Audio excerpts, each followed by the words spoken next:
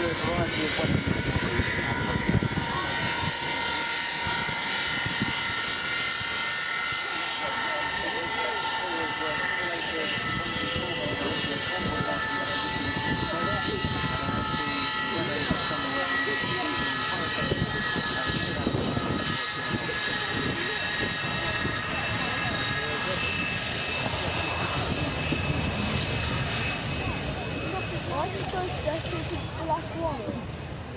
Radar to sea.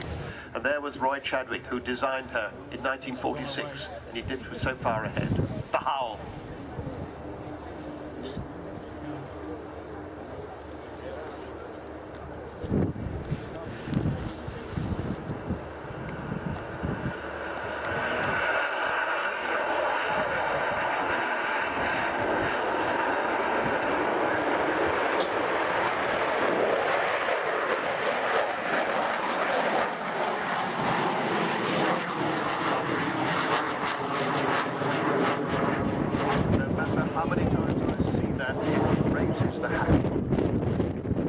That is just stunning.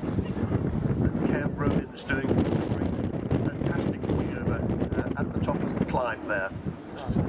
Now, today, a little later in the display, he'll be opening, Phil Davis, the AO, will be opening the bomb bay for us. There's a camera inside the bomb bay, so we're trying to get a good picture of the bomb bay doors opening on the inside. And I'll tell you when. I want everybody to wave, so we'll get the picture of the bomb bay doors opening and then all of us waving as she goes by. That's not going to happen just yet. Kev bringing her back in front of us.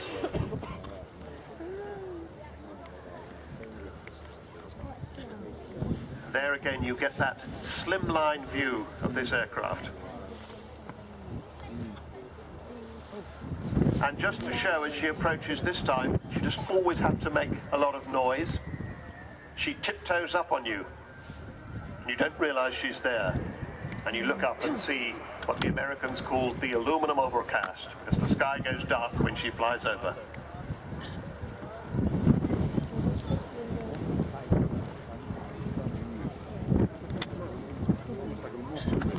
Excuse me.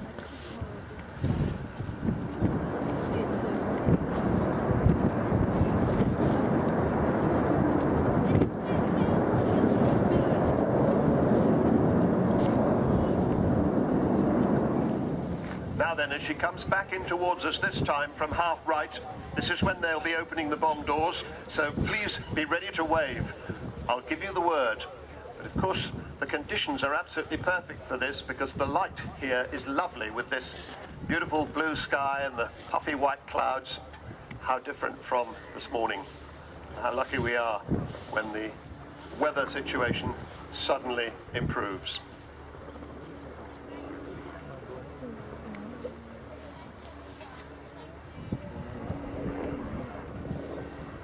On this long display line, she goes further down. Bomb doors opening, wave!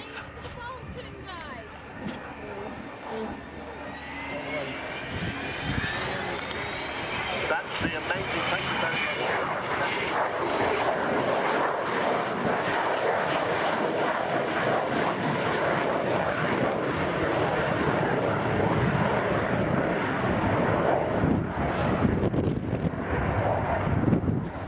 On that amazing record-breaking trip at the time in 1982, it was the longest bombing range in history. It's as far from here to Santiago in Chile.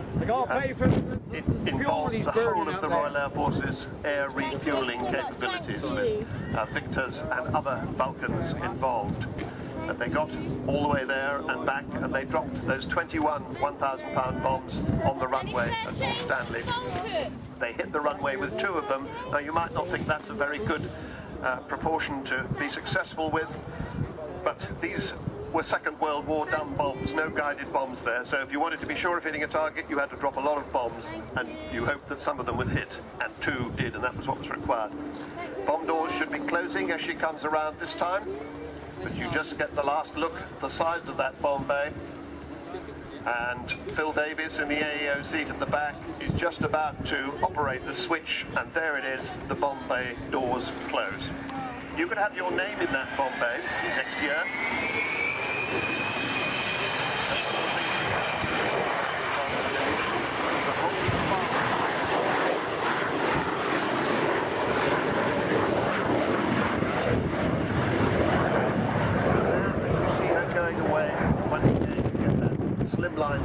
One of the reasons she turned out to be stealthy, I discovered the other day, and it's been proved that she is, because in red flag exercises with the Americans, they found it very difficult to pick her up on radar despite her size.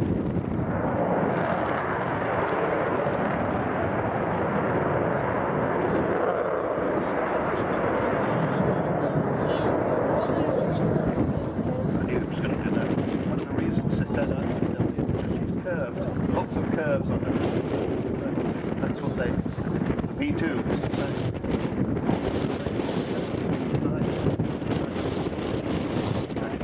In 1952. So it was only 11 years after he first flown the Lancaster. Yes, they might be in different centuries, these two aeroplanes. And of course, I don't think he could possibly have known about stealth. Somehow, he just managed to get it right.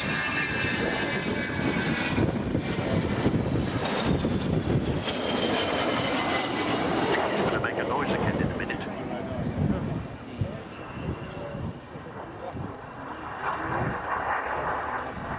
Wonderful shadow flitting over the sheds on the far side of the airfield.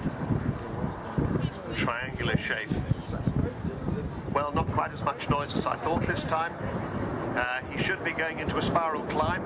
If you're looking at her through binoculars, you may see that the air brakes are out. That's the air brakes, they stick out top and bottom of the wings. Actually, he may have decided not to do the spiral climb. But when he does that, they stick the air brakes out, because if he doesn't, she'll be up to 10,000 feet before you know where she is. And perhaps no spiral climb today, we shall see.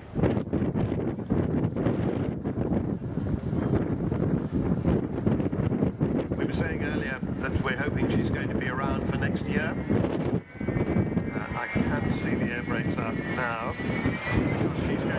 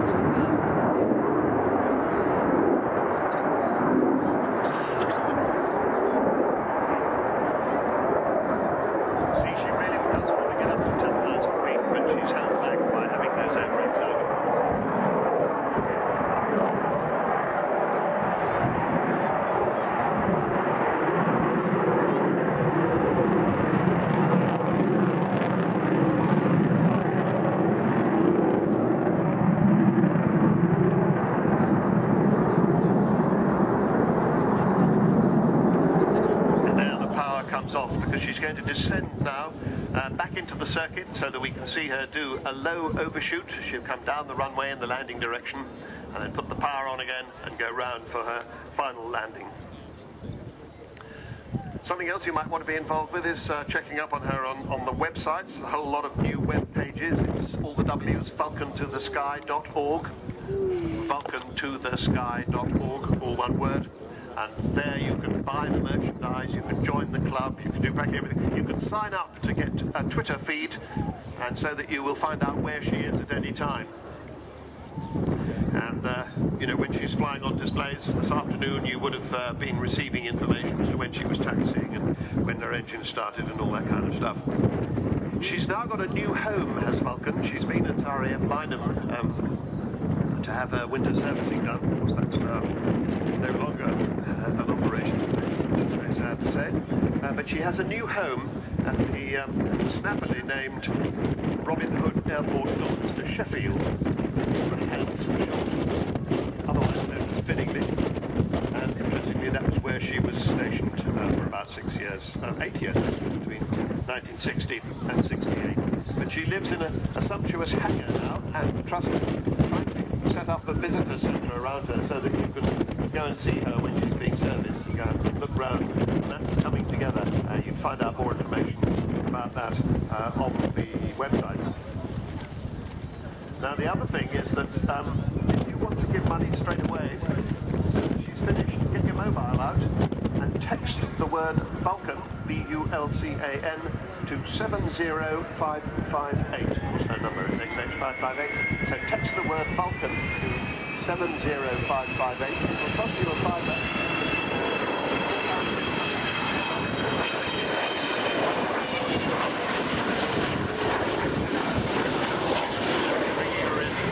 Below overshoot, bringing the gear up again.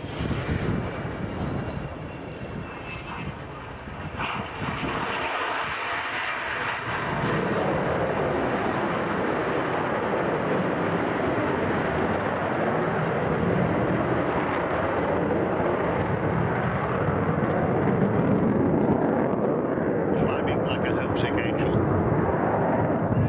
And I misled you. I said he was going to do an overshoot on the landing direction. He did it in the opposite direction. Now the gear's coming down again, and this will be in for her landing. Now because she's got a really nice long runway here, she doesn't need to use her braking parachute, which is a bit of a shame really, because it's always rather nice to see, but it is rather expensive. It's £1,000 every time it's used, so we don't use it when we don't have to. But I'm sure we shall see Kev holding the nose wheel off for as long as he can and presenting the huge area of that delta wing to the oncoming airflow so as to slow her down without overusing the brakes. I should just say some of the people who've been involved. So Jack Hayward, Union Jack Hayward, Eddie Forrester of Aerobytes, people who've contributed wonderful amounts of money. Also big support from the Civil Aviation Authority, from Marshall Aerospace, they're the engineering authority. And then companies such as AD Holdings, Air BP, BAE Systems, EADS, Goodrich, Judd Power, Kearsley Airways, Meggitt, Messier Doughty, Rolls-Royce and Serco. And mentioning EADS there, lovely to see the Royal Air Force's newest aircraft, the Voyager, on the field today. So here with Vulcan and Voyager, we have two of the famous V names present here at the Royal International Air Tattoo. But of course, most of the money has come from you, has come from the great British people. So please do find some way of keeping that up and keeping this wonderful old lady flying for as long as we possibly can. Don't forget, everybody said it could never be done. Some people are saying it's going to fail any time now. We think she's got a guardian angel who's a bit inattentive. Sometimes she forgets, but she's so far always come back in time. She's just about to touch down. So we'll look for the little puffs of smoke as the main wheels touch down. Just holding her off. Not even any puffs of smoke. A very, very smooth landing. 16 wheels down, 2 to go. And let's see how long they'll keep the nose wheels off the ground. Slowing down, looking like some great, enormous, prehistoric creature. How beautiful. How absolutely smashing is that?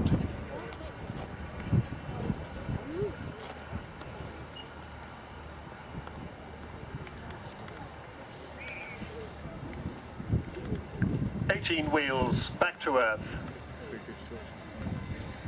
The Avro Vulcan XH558. Well, Sean, I think a display to melt the heart of even the biggest cynic. That was a super display, magnificent weather, and he spoke about the fundraising. I think the Vulcan's best advert is the Vulcan itself. Absolutely. Well, people just love her. I think she's a piece of aeronautical art. You know, that's the only way I can describe it. She hits you in a sort of visceral sense, like nothing else. Thank you very much for having me. Well, thank you, Sean, a pleasure. Thanks to Kev Room.